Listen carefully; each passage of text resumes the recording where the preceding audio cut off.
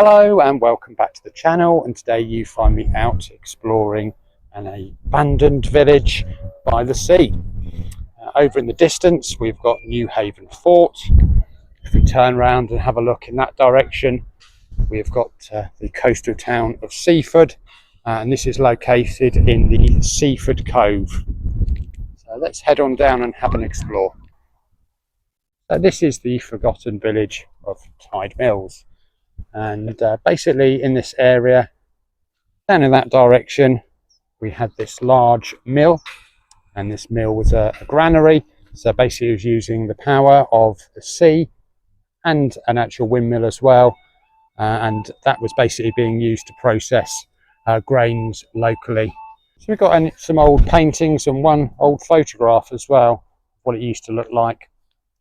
But let's go down and see what's left today. One of the things that made Tide Mills unique is that it did also have a railway, and this is the old railway platform, and yeah, you can still see it today with the old lighting pylons there. I imagine there would have been a much bigger structure, and there is a sign down there still showing that it was an active platform, but yeah, no longer used these days because the village is abandoned.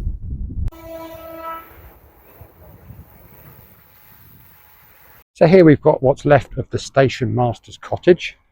Didn't start out as a station cottage, just a small cottage, but as things grew in the area, so did the building. Last occupant was George Ford, who was cleared out for World War II, where this cottage was destroyed, being used for target practice. Apparently remnants of bullets can be found in this structure to this day. Not much to see these days, just a few old flint walls.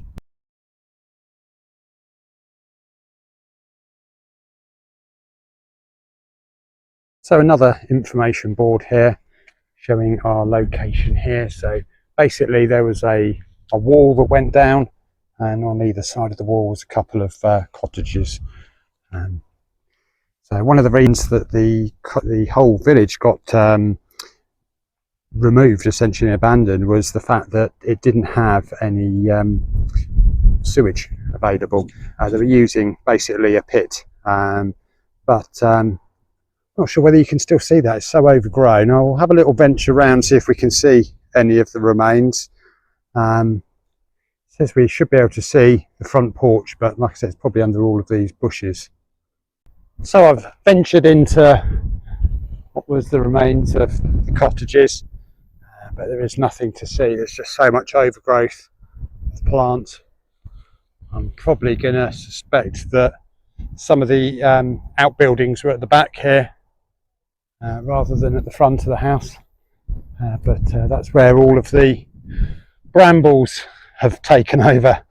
So I think they're completely obscuring it, but you kind of think when you're looking at that information board there'd be like a concrete pad somewhere you might still be able to see. Ventured on a little bit further, and we've got like the remains of this old outbuilding. So like I said, I suspect everything that's left is underneath here. There is an information board here just to show us what it used to look like, and so this area here would have been there, and it's showing us a wall which we can no longer see because of the bushes, but essentially around about here is where the entrance to the coal yard is, and the actual mill itself would have been sitting on the other side of this wall here, bridging the actual estuary. Always love it to see when trees are shaped by their environment, and you can see the prevailing wind has blown these trees over this old wall, giving us a little bit of shade actually, and my phone is telling me it's overheating today, so yeah, reduced quality due to the heat. The shade has been welcome. So somewhere amongst all of that is the actual mill itself. I've seen images from the air, and there is like a footprint of all of the mechanics of the mill, but probably come at the wrong time of the year. Unfortunately I've chosen a day which I thought wasn't going to be a great day for exploring. I thought it was going to be too windy and cloudy, but turns out to be absolutely glorious. So everyone's headed off to the seaside today. So here we've got the old coal yard and stables right in front of us. Some interesting things to note, that there was a horse bath here and a horse trough. We'll have a little walk in there and see if we can see anything. It's quite overgrown, but the concrete surfaces have done their best to survive.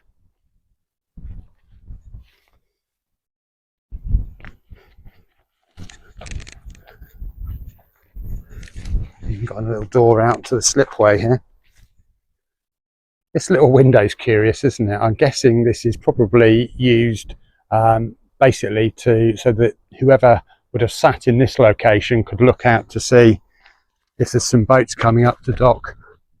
Because if we sort of pop down here, we can see there is an old like a docking area down here. And it's a deliberate slit, isn't it? I don't think this is obviously built in the 1700s, so it wasn't designed to be defensive. And I'm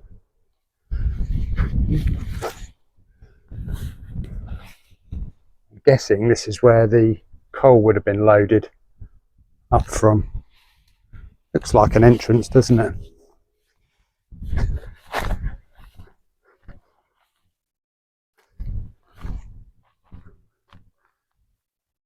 Very destroyed now. Surprisingly, I've managed to find the horse bath here. Look, yeah. I guess they would have taken water from the slipway and put it into this area to wash the horses off with. So here we've got the old entrance and steps to the building. And I'm guessing this was the yard area where the coal and the horses were stored, and a slipway down to the we've got the what's remainder of a dock down here. Everything else looks to have crumbled away, but there is some metal bits there, and that probably was abutted right up against the floor. It's just the floor's all given way and crumbled into the sea. I couldn't find the horse's trough.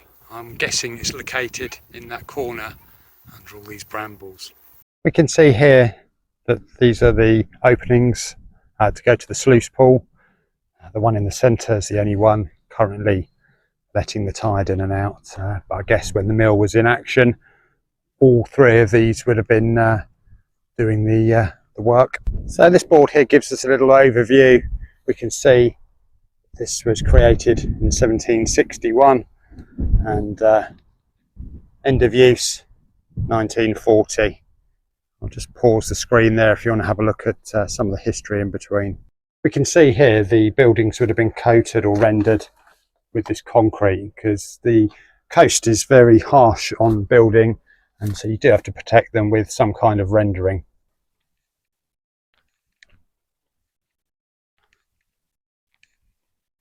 So right here we've got where the old mill itself was, and this is where the tide is captured to do the work for the mill.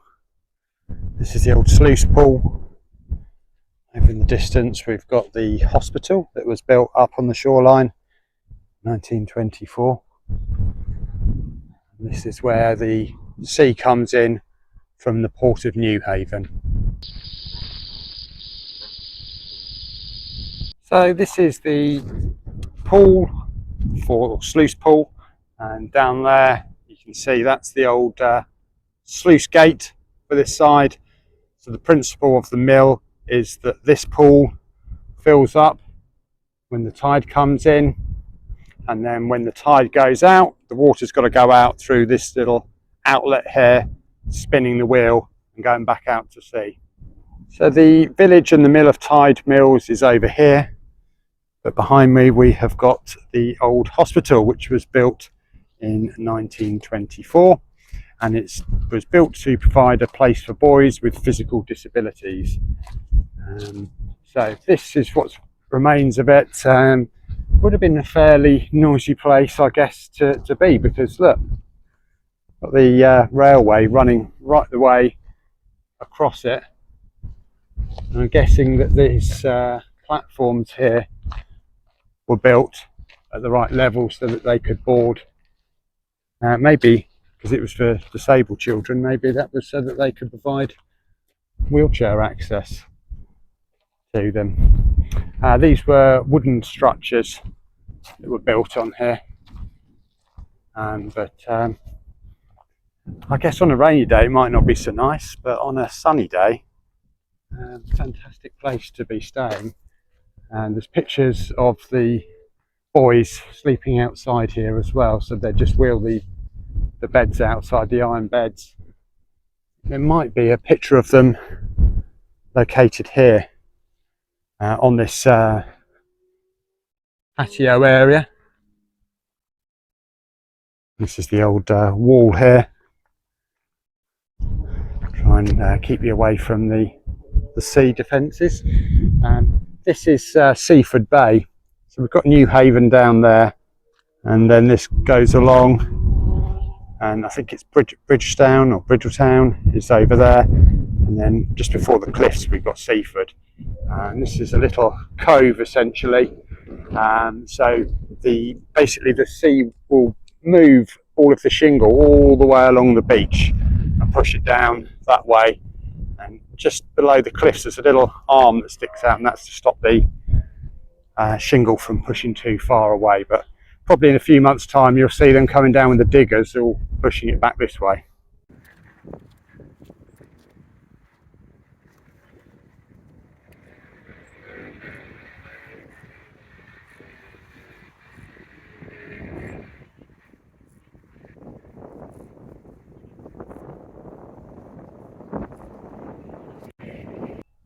The new train runs not too far away from the old railway track. Has to sound the horn as it's approaching this crossing, because it's an open crossing, so people are said to be taking selfies on the track for some reason. Thank you very much for watching. I'm going to end the video here. If you're new to this channel, if I could ask you to subscribe now, and a like will help to share it across the YouTube platform. Thank you very much for watching.